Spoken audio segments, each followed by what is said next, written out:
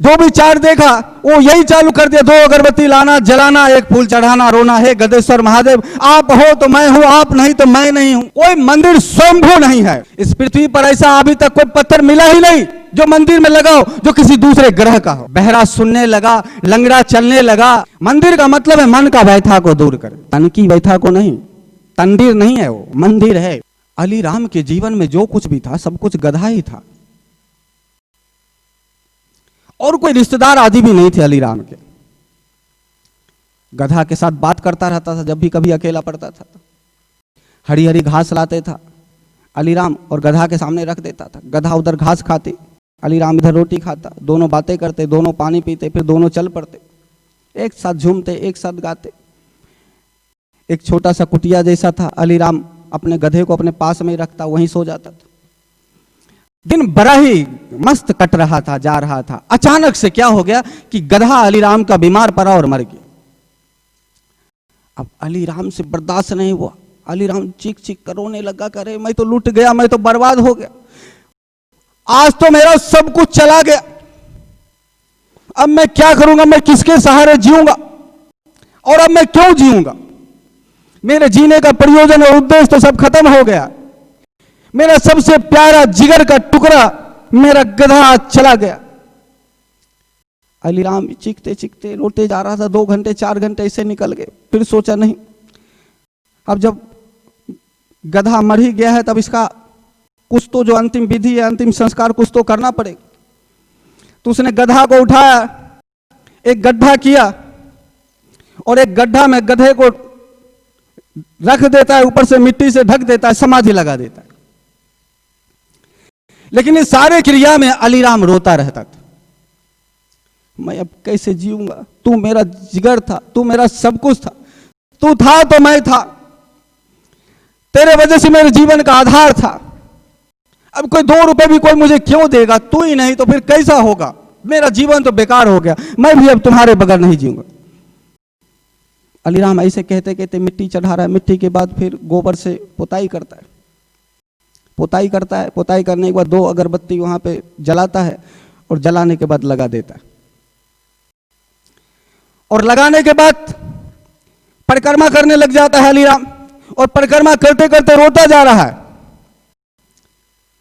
कि तेरे बगैर कैसा जीना जीना होगा, तू मुझे छोड़ के चला गया, मैं तेरे बगैर जीऊंगा नहीं, मैं जल्दी तेरे पास ही आ जाऊंगा, मेरा कोई नहीं है दुनिया में तेरे सिवा, मैं लुट गया, मैं बर्बाद हो गया, तू ही सब कुछ है, तू है तो सब था, तू नहीं तो कुछ नहीं है।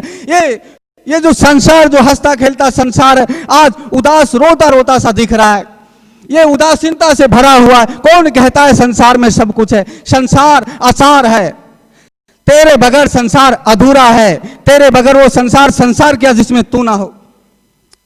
ऐसा कह रहा था, रो रहा था। लेकिन जब वो कह रहा था, रो रहा था, ठीक उसी समय 2 व्यक्ति वहीं से गुजर रहा था। उसने देखा कि ये व्यक्ति पहले तो गाय की गोबर से जो पुताई कर लिया था, ये 2 अगरबत्ती जलाया और 2 अगरबत्ती जलाने के बाद 1 फूल चढ़ाया और फूल चढ़ाने के बाद 3 परिक्रमा लगा रहा है और ये रो रहा है। दोनों मित्र आपस में बात करते, बोलते हैं ये कहीं ऐसा तो नहीं एकांत में और जंगल का इलाका है, कहीं ये कोई पुराना सिद्ध कोई मंदिर हो जिसका हम लोग को पता नहीं, और ये मंदिर मनोकामना पूर्ण करने वाली हो और जो इच्छा है वो पूर्ति हो जाए, क्योंकि आखिर ये जंगल में ये चीजें हैं तो कुछ तो खासियत होगी। तो दोनों मित्र बोलते चलो इसी से पूछा जाए, ये जो 2 अगरबत्ती जलाया और इसका क्या हुआ। वो दोनों युवक आता है और अली राम परिक्रमा करते करते रोते जा रहा है कि मैं बर्बाद हो गया, तेरे बगैर मैं जीऊंगा कैसे, तू था तो मैं था, तू नहीं तो मेरा क्या, ऐसे कह रहा था। जब ही वो दोनों आता है और हाथ जोड़ता है, बोलता है भाई साहब क्षमा करो, ये मुझे लग रहा है कोई पवित्र भगवान का कोई स्थान है, ये आप जो पूजा कर रहे हो हमें बताओ कि ये कौन सा स्थान है। तो अली राम बोलता नहीं मैं नहीं बताऊंगा। बोलता है मित्र देखो बुरा ना मानो, बता दो, हमसे भी जो सेवा बन पाएगा हम भी करेंगे, आप बता दो कौन सा स्थान है। अलीराम रोते रोते बोलता है, क्या कहूं, तू जिसे भगवान कहता है मेरा ये भगवान ही था, मेरे लिए सब कुछ था। तू जिसे महादेव कहता है मेरे लिए महादेव था, ये मेरे लिए गधेश्वर महादेव था। मेरे लिए गधेश्वर महादेव से बढ़ के कुछ नहीं है। मेरे लिए दुनिया में सबसे बड़ा कुछ महादेव है तो मेरा गधेश्वर महादेव ही है। मैं इसके बगैर कैसे जीऊंगा। और ऐसा फूट फूट कर अलीराम रोने लगा और रोते रोते फिर अलीराम वहां से चला जाता। दोनों मित्र ने सोचा कि ओ अब बात समझ में आई कि जंगल में गधेश्वर महादेव का स्थान है, वो अकेला अकेला पूजा करता था। दोनों मित्र कहते हैं कि भाई ऐसा करो हम लोग भी पूजा करें, बड़े मुसीबत में चल रहे। बोला अगरबत्ती लाया जाए, कहाँ से लाया जाए। बोला जा गांव से जा अगरबत्ती लेकर आ। कितना जलाया अगरबत्ती देख। बोला 2 अगरबत्ती जलाया। बोला कितना फूल चढ़ाया। बोला 1 फूल चढ़ाया। बोला 2 फूल ला, 1 मेरे लिए 1 तेरे लिए। 4 अगरबत्ती ला, 2 तेरे लिए 2 मेरे लिए। 4 अगरबत्ती गांव से आ जाता है, 2 फूल आ जाते हैं। वो दोनों मित्र एक फूल चढ़ाते, 2 अगरबत्ती जलाते और 2 अगरबत्ती जलाने के बाद, फूल चढ़ाने के बाद अलीराम की तरह ही रोने लग जाते। हे गधेश्वर महादेव, तू है तो मैं हूं, तू नहीं तो मैं क्या। तेरे बगैर ये जगत सोना सोना जैसा लगता है, तेरे बगैर ये जगत आसार सा लगता है। तू नहीं तो संसार क्या, तेरे बगैर तो ये संसार ऐसा लगता है जैसे कुछ है ही नहीं संसार में। आंखों में आंसू। हे गधेश्वर महादेव, हम आ जाएंगे तेरे पास ही, हम तेरे बगैर जी नहीं सकते। हे गधेश्वर महादेव, तू सब कुछ है। ऐसा करते करते रोते रोते दोनों चले जाते और दोनों ने अपने अपनी मान्यता को रख लेता है। जैसे दोनों अपने अपने मान्यता को रख लेता है, आगे जाता है दोनों में से एक की मान्यता पूरी हो जाती। और जैसे ही दोनों में से एक की मान्यता पूरी होती है, एक आता है मान्यता के बदले जो रख रखा था कि हे गधेश्वर महादेव, जो मेरी ये मनोकामना पूर्ण हो जाए तो मैं यहाँ पे चबूतरा बना दूंगा।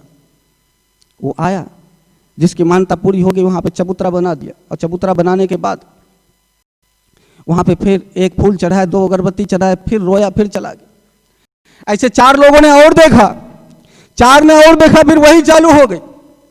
फिर उसने जो भी 4 देखा वो यही चालू कर दिया, 2 अगरबत्ती लाना, जलाना, 1 फूल चढ़ाना, रोना। हे गधेश्वर महादेव, आप हो तो मैं हूं, आप नहीं तो मैं नहीं हूं, आप नहीं तो जगत सुना सुना लगता है। ऐसा परिक्रमा किया और चला गया। फिर उसमें से 2 की पूर्ति हुई, उसने गुंबज लगा दिया, किसी ने कलश लगा दिया। इस तरीके से संख्या बढ़ने लग गई, लोग आने लगे, मेला भरने लगा, चढ़ावा होने लगा। अब 4-5 लोग इकट्ठे हो गए और सबने मिलकर आयोजन करना चालू किया। कुछ दिन के बाद अलीराम सोचता है कि चलो देखे अपना गधा को क्या हुआ। अलीराम आते हैं, देखते हैं जहां पे गधा की समाधि लगाया था वहां तो चारों तरफ से बहुत बड़ा मंदिर जैसा बन गया, मार्बल और ग्रेनाइट संगमरमर सब लगा रखा है और सब वैसे ही रो रहा है। 2 अगरबत्ती जलाता है, फूल चढ़ाता है। तू है तो मैं नहीं, तू नहीं तो जगत सुना सुना लागे। हे गधेश्वर महादेव, यदि तू मेरी इच्छाओं को पूर्ति नहीं करेगा तो मैं तेरे पास ही आ जाऊंगा, मैं मर जाऊंगा, तेरे बगैर मैं जी नहीं सकता, तेरे बगैर संसार में तो कुछ है ही नहीं। वो सारे शब्द वही कहता जा रहा था जो अलीराम ने पहले रोते रोते कहा था। अलीराम आश्चर्यचकित हो गया, बोला हद हो गई, इतना बड़ा धाम बन गया। वो आया अलीराम चुपके से, जो 2 अगरबत्ती चढ़ाता था, फूल चढ़ाया और जाता था। वहां पे जाके अलीराम बैठ जाता है। सबने पूछा आप कौन, तो बोला मैं पुजारी हूं गधेश्वर महादेव का। बोले आप, बोले अलीराम पुजारी लोग मुझे कहते हैं, मैं चला गया था बीच में, ये हमारा ही मंदिर है। और अलीराम वहां पे बैठ गया। लोग आते गए, सैकड़ों हजारों की संख्या में, हजारों लाखों की चढ़ावा वहां होने लगा। लोगों ने चढ़ावा चढ़ाए गए। अलीराम रात्रि के समय दरवाजा बंद किया, दान पेटी को खोला, देखता है हरी हरी नोट भरा भरा। मैं तो सत्य ही कहता था, तू है तो जगत है, तू नहीं तो जगत नहीं, तेरे बगैर मेरा जीना क्या। अरे तू गया था तो मेरा जिंदगी ही बेकार हो जाता। ये बात तो ठीक ही था ना। और मुझे क्या पता कि जब तू जिंदा था तो मुझे 100-50 मिलते थे, जब तू मरा तो मेरे पास हजारों आने लगे। और हे गधा, जो मुझे पहले पता होता कि तेरे मरने के बाद हजारों आएंगे और तेरा जिंदा में 100 ईद में, तभी तेरा गला दबा देता। आज हजारों आ रहे, लेकिन धन है तेरा, जिंदा था तो भी तूने मुझे माला माल किया, मरा तो भी तूने माला माल किया, तो मेरे जीवन का उद्धार हो गया। हे गधेश्वर महादेव आपकी जय हो। लो 2 अगरबत्ती और 1 फूल, ऐसा चढ़ाता है। इसी प्रकार के आपका सभी मंदिर, सबका एक विधि है। कहीं बाल काटने का, सब जाके बाल काटता चला जाएगा, कहीं चुंदरी चढ़ाने का है, कहीं श्रीफल तोड़ने का है, कहीं तेल चढ़ाने का है नियम। जहां जो जो पहला किसी ने कर लिया उसके पीछे लीक में चलना, लाइन में चलना, जो बना है रेखा उस पर चलो, इधर से उधर टस से मस ना होना। ये मंदिर, और फिर इसी मंदिर में ये जितना भी मंदिर है सबकी कहानी लगभग एक जैसा ही है।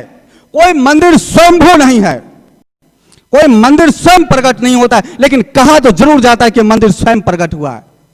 कोई मंदिर स्वयंभू यानी भगवान पत्थर का रूप में आए, भगवान सोना के रूप में ना कभी प्रकट होता है, भगवान कभी चांदी के रूप में कहीं प्रकट नहीं होता। कभी सुना है भगवान कभी हीरा का बहुत बड़ा खजाने के रूप में कोई शिवलिंग प्रकट हुआ हो? नहीं, ना देखने सुनने में कभी नहीं आता। लेकिन ये जरूर आता है कि हां सोना चांदी और हीरा के रूप में नहीं, यह देखने में जरूर आता है कि पत्थर रूप में प्रकट हुआ है। जिस भी मंदिर का देखो एक कहानी है। अमुक कोई जा रहा था, आवाज आई, एक गड्ढा कर रहा था, देखा अटक गया, उठ नहीं रहा था, देखा ये भगवान की मूर्ति थी, पूजा किया, कल्याण हुआ, बरसात होने लगा, क्या क्या होने लगा। सब एक मान्यता सा एक लकीर सा बना लिया, 2 अगरबत्ती जलाने का, एक फूल चढ़ाने का, रोने का, परिक्रमा करने का। सब मंदिर स्वयंभू प्रकट नहीं होगा। फिर किसी भी पत्थर को जांच तो किया जा सकता है, किसी भी मंदिर के पत्थर को लैब में जाके उसका चेक करो, जांच करो। वो पत्थर इसी पृथ्वी का तत्व का बना हुआ है। वो पत्थर इसी में से, यही कहीं पहाड़ी में से कोई किसी न किसी पहाड़ी से मैच खाता है। इस पृथ्वी पर ऐसा अभी तक कोई पत्थर मिला ही नहीं जो मंदिर में लगाओ जो किसी दूसरे ग्रह का हो। यानी जब भगवान प्रकट हो रहे, और प्रकट हो रहे यानी कहा जाता है भगवान कहीं और से आए। जब भगवान कहीं और से आए तो यह बात पक्का हो गया, पत्थर के रूप में धारण करते हैं, तो फिर किसी मंगल वाला पत्थर यहां क्यों नहीं मिल रहा है?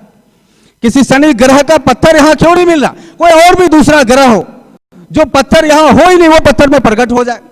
लेकिन उस पत्थर में भगवान प्रकट नहीं होता, उस पत्थर में भगवान प्रकट होता है जो यहां किसी न किसी रूप में है। चाहे हिमालय का पत्थर हो, चाहे किसी काला पहाड़ी का पत्थर हो, चाहे किसी कहीं ग्रेनाइट का खादान का पत्थर हो, कहीं न कहीं किसी न किसी कोई पत्थर अजूबा नहीं है। उस पत्थर का सैंपल लेकर जांच किया जा सकता है। पत्थर यहीं आजू बाजू किसी न किसी खादान, किसी न किसी पहाड़ से उसका मिलता हुआ जांच किया जा सकता है। लेकिन नहीं, हे गधेश्वर महादेव आप ही मेरा सर्वे सर्वा हो, तू है तो जग है, तू नहीं तो नहीं। 2 अगरबत्ती जलाओ और एक फूल चढ़ाओ, मनोकामना को रखो और चल पड़ो। किसी भी मंदिर को, कोई नहीं, किसी भी मंदिर को चलाने के लिए एक गैंग की तरह होता है, गिरोह बनता है। कोई पत्थर थोड़ी आके कहता है तुम मुझे पूजो, पूजता नहीं, पूजवाया जाता। एक षड्यंत्र की तरह, एक माइंड गेम प्लानिंग की तरह, जो अपराध की तरह ये है। कोई 5-7 आदमी, 10 आदमी मिलकर कोई इकट्ठा होता है और कोई भी एक मंदिर को टारगेट कर लेता है कि हाँ इस मंदिर को प्रसिद्ध करना है। जब ये मंदिर प्रसिद्ध होता है, इस मंदिर को प्रसिद्ध करना, तो फिर इस मंदिर को प्रसिद्ध करने के लिए फिर वो यत्न करते, माइंड गेम खेलता है, प्रचार करता है कि देखो उसकी इच्छा पूर्ति हो गई, उसकी इच्छा पूर्ति हो गई। अंधा देखने लगा, बहरा सुनने लगा, लंगड़ा चलने लगा, बीमारी जो था स्वस्थ हो गया। सब ऐसे करने लगे। 20 साल पहले, 25 साल पहले, 30 साल पहले या 70 से पहले, 70 के दशक से पहले भारत का एक भी मंदिर ऐसा नहीं है जिसमें लाखों लोग जाते थे कभी। और जहां पे आज लाखों लोग जाते हैं उस मंदिर का कोई 400-500 वर्ष से किसी का भी ज्यादा का इतिहास नहीं है। सभी मंदिर का इतिहास ज्यादा से ज्यादा 400 वर्षों का, 500 वर्षों का इतिहास है। लेकिन फिर भी 70 के दशक से पहले इतनी भीड़ नहीं लगती थी जितना अभी लगता है। चाहे शिरडी का साईं बाबा हो, चाहे अमरनाथ का हो, चाहे अंबाजी हो, चाहे 51 शक्तिपीठ हो, चाहे 12 ज्योतिर्लिंग हो, चाहे 4 धाम हो या 7 पुरी हो, कोई भी ऐसा स्थान नहीं है जो 70 से पहले ऐसे हजारों लोग जाते थे, वहां हजारों लोग की भीड़ लगी रहती। लोग आराम से कोई कोई कभी कभी कोई तीर्थ में निकलते थे, घूमते थे, वहाँ कांटे जंगल झाड़ी जैसा ऐसा रहता था। 70 के दशक में कोई केदारनाथ गया होगा, उससे जाके मिलो, पूछो क्या भीड़ थी, कितनी दुकानें थी, क्या था, खाली खाली जैसा था, कुछ नहीं था। अचानक से सभी मंदिर प्रसिद्ध होना चालू हो गए, एक गेम सा खेला। और जब प्रसिद्ध होता है तो फिर चढ़ावा होता है, फिर वहाँ इनकम होता है, फिर एक गुंडे मवाली लोग जो हैं वो पलते हैं और लाखों लोगों को वहाँ पे बुलाया जाता है। ये मंदिर मंदिर नहीं है। मंदिर का मतलब है मन का व्यथा को दूर करे, तन की व्यथा को नहीं। तंदीर नहीं है वो, मंदिर है। मन में जो अशांति है, मन में जो उत्पात है, मन में जो बेचैनी है, मन में जो घबराहट है, मन में जो भटकाव है, मन की व्यथा को दूर करे वह मंदिर। यहां तन की सुविधाओं के लिए लोग जाते, गिव एंड टेक। इसलिए कृष्ण को कहना पड़ा, व्यवसाय मिका बुद्धि समाधो न विद्यते। ये सब व्यवसाय है। दो, किसी भी मंदिर में देखो बाधा रखा जाता है, दुकानें, धंधा, ये बिक्री, वो बिक्री, इस प्रकार का। और फिर इस तरीके से मंदिर मालामाल होता चला जाता है।